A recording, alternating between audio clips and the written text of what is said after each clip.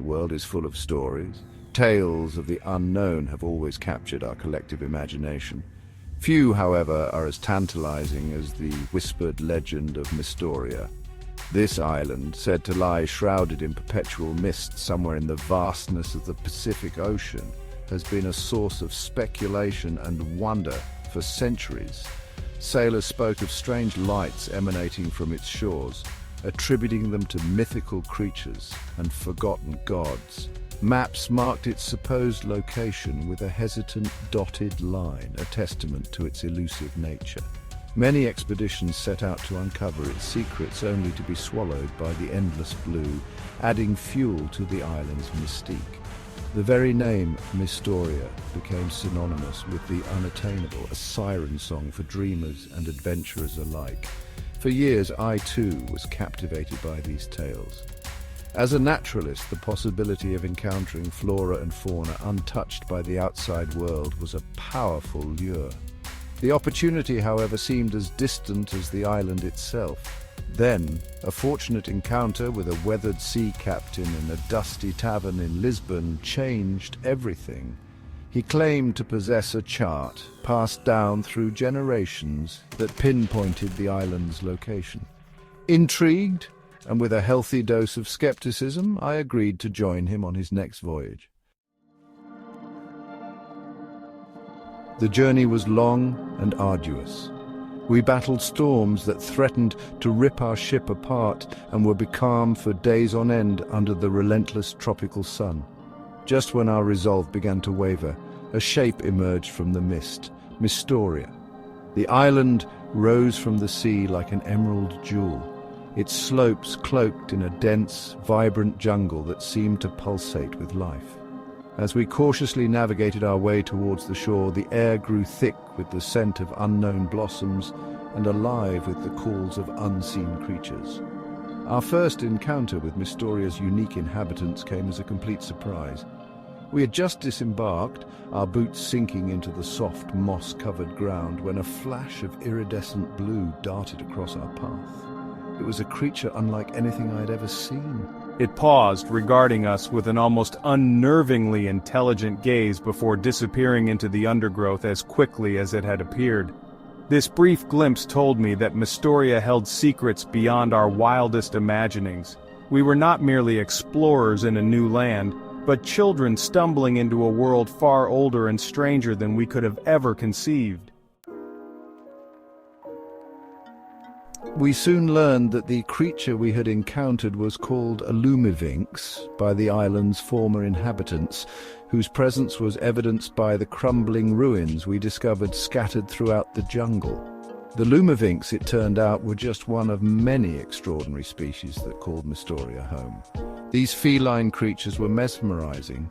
Their fur, a deep velvety blue, shimmered with an otherworldly light, a result of bioluminescent algae that grew symbiotically within their coats. At night, these creatures lit up the forest floor, their luminous forms weaving between the trees like living constellations. We observed them hunting with astonishing agility, their large, luminous eyes seemingly able to pierce the darkness. Their prey, small nocturnal rodents, stood no chance against the silent stalkers. Despite their predatory prowess, there was a certain grace, an elegance to their movements that spoke of a deep connection to their environment. The lumivinx, we discovered, were not merely beautiful creatures. They were guardians, protectors of the delicate balance that governed life on Mystoria. Their presence, as we were soon to learn, was intrinsically linked to the island's very existence. Section 4, A Tapestry of Life. Mystoria was a naturalist's paradise, a riot of biodiversity unlike anything I had ever encountered. Alongside the luminescent lumivinx, we encountered a dazzling array of other creatures, each more fantastical than the last. Aerisprites, delicate avian creatures with wings that shimmered like rainbows, flitted through the canopy, feeding on the nectar of giant luminescent flowers. Pteroquills, armadillo-like creatures with bioluminescent plates, burrowed through the forest floor, their glowing forms leaving trails of light in their wake. And then there were the umbrafins, large fish-like creatures that inhabited the island's network of underground rivers. They possessed bioluminescent markings that lit up the caverns, creating an ethereal underwater light show. Every corner of the island seemed to throb with life, a testament to the intricate web of symbiotic relationships that had evolved over millennia. It was a world untouched by the destructive hand of man, a pristine ecosystem that had long since vanished from the rest of the planet. Section 5. Whispers in the Ruins. As we ventured deeper into the island's interior, we stumbled upon more and more evidence of its former inhabitants. Ruined temples, overgrown with vines and roots, hinted at a civilization that had once flourished here. Intricate carvings adorned the crumbling walls, depicting strange creatures and rituals that seemed to revolve around the island's unique flora and fauna. These people, it seemed, had not just coexisted with the island's extraordinary life forms, they had worshipped them, revered them as deities. Their reverence was evident in the way they had incorporated the natural world into their architecture and their art. We discovered murals depicting the Lumavinks as protectors, their glowing forms standing guard over the island. Other carvings showed the air sprites as messengers of the gods, their iridescent wings carrying prayers to the heavens. It was clear that these people had possessed a deep understanding of the delicate balance that governed life on Mystoria, a balance that we were only just beginning to glimpse. Section 6. The Heart of the Island. Our exploration of the island led us ever inward, following ancient overgrown paths that wound through the dense jungle. The air grew heavy with the scent of unknown blossoms, some intoxicatingly sweet, others strangely acrid.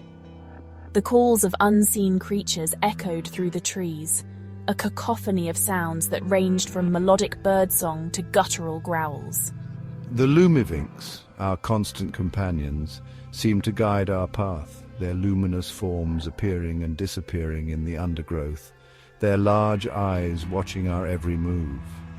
We finally reached a clearing bathed in an ethereal light. In the center stood a tree, a colossal behemoth unlike anything I had ever seen. Its trunk, wider than a ship's hull, soared skyward, its canopy disappearing into the clouds above. This was no ordinary tree. This was the heart of Mystoria, the source of its strange power, the axis upon which the island's entire ecosystem revolved. Section 7. The Ancient One's Warning.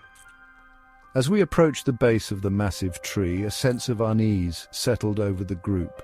The air crackled with an unseen energy, and the Lumavinks that had accompanied us thus far began to pace nervously, their bioluminescent fur pulsing erratically.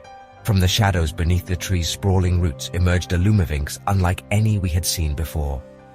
Its size was imposing, larger than any other, and its fur glowed with an intense, almost blinding light. This was no ordinary creature. This was the guardian of the tree, the embodiment of Mystoria's ancient power. As we watched, the Lumavinks approached the tree and placed its paw against the rough bark.